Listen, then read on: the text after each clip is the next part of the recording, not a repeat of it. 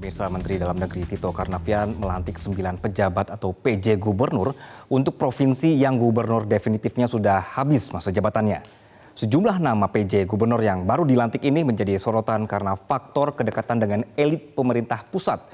Selain itu, proses pemilihan sejumlah PJ Gubernur ini juga dinilai kurang transparan.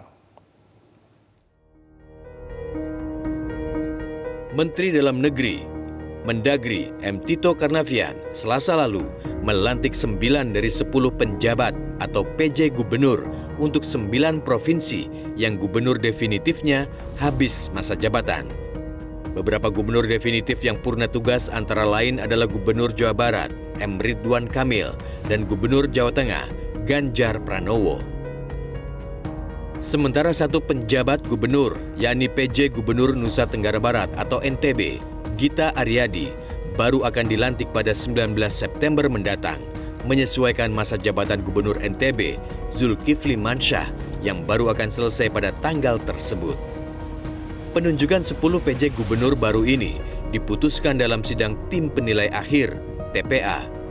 Sidang ini dipimpin langsung oleh Presiden Joko Widodo pada Kamis 31 Agustus 2023 lalu.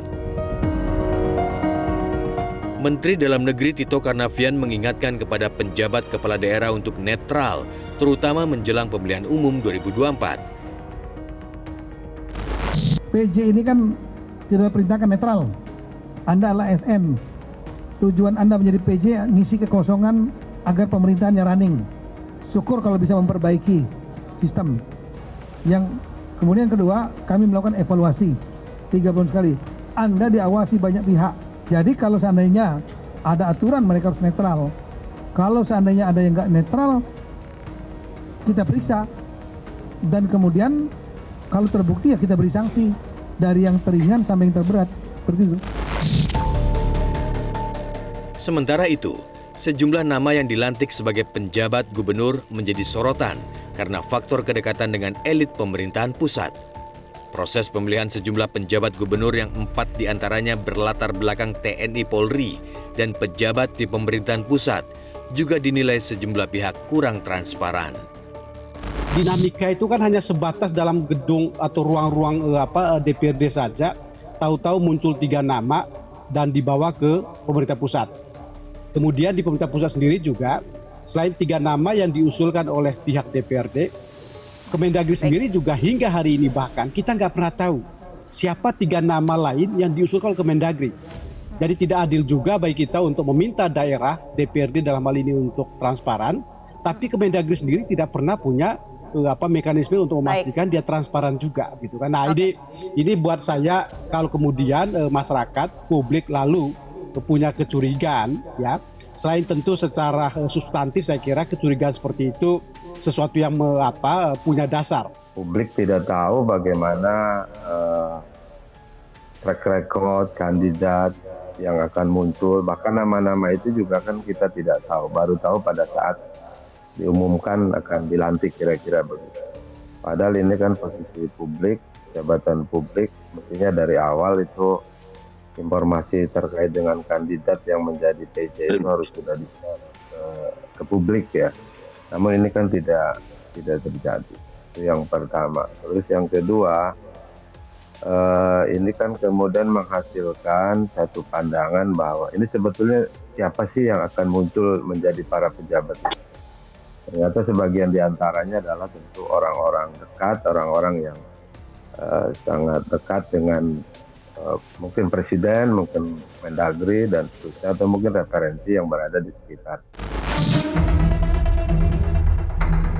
Pakar Hukum Tata Negara Ferry Amsari mengungkap tidak ada satupun proses pelantikan dalam beberapa tahapan yang sudah dilakukan di berbagai daerah memperhatikan aspirasi masyarakat.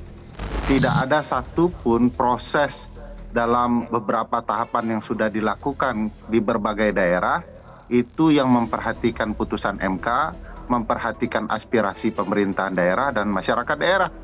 Bahkan kalau kita lihat setelah diberikan usulan, tidak satupun nama yang kemudian dipakai oleh Kementerian Dalam Negeri untuk kemudian bisa ditunjuk menjadi PJ kepala daerah. Nah, di titik tertentu bagaimana mungkin orang yang sama sekali tidak mengenal daerah tertentu ditunjuk menjadi PJ.